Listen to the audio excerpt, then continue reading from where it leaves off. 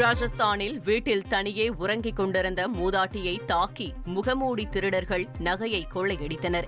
ராஜஸ்தான் மாநிலம் பாலியை அடுத்த பக்தி என்ற பகுதியில் 75 வயது மூதாட்டி வீட்டில் தனியாக உறங்கிக் கொண்டிருந்தார்.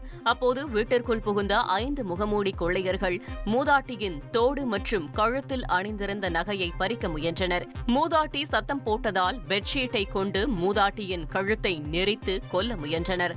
தொடர்ந்து மூதாட்டி குரல் எழுப்பியதால் அவரது மகன் உட்பட அக்கம் பக்கத்தினர் அங்கு வந்த நிலையில் சில நகைகளை எடுத்துக்கொண்டு கொள்ளையர்கள் அங்கிருந்து தப்பியோடினர்.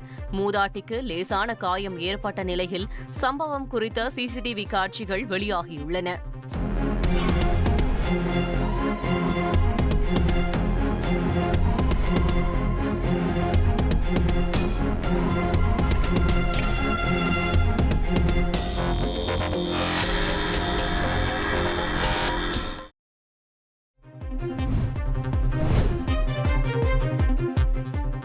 உத்தரப்பிரதேசம் உள்ளிட்ட வட மாநிலங்களில் ஸ்ரவண மாத சிவராத்திரியை முன்னிட்டு சிவன் கோயில்களில் திரளான பக்தர்கள் மற்றும் கன்வாரியாக்கள் வழிபாடு நடத்தி வருகின்றனர்.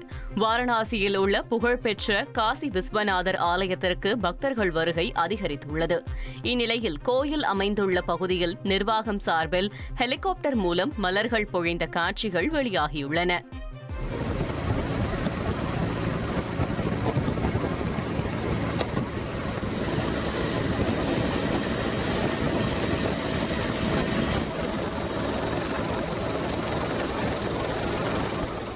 ஃப்ரெண்ட் ஆக்கிக்கோங்க. தந்தி டிவியின் சப்ஸ்கிரைபர்ஸ் அண்ட் ஃபாலோவர்ஸ் குடும்பத்துல நீங்களும் இணையுங்க.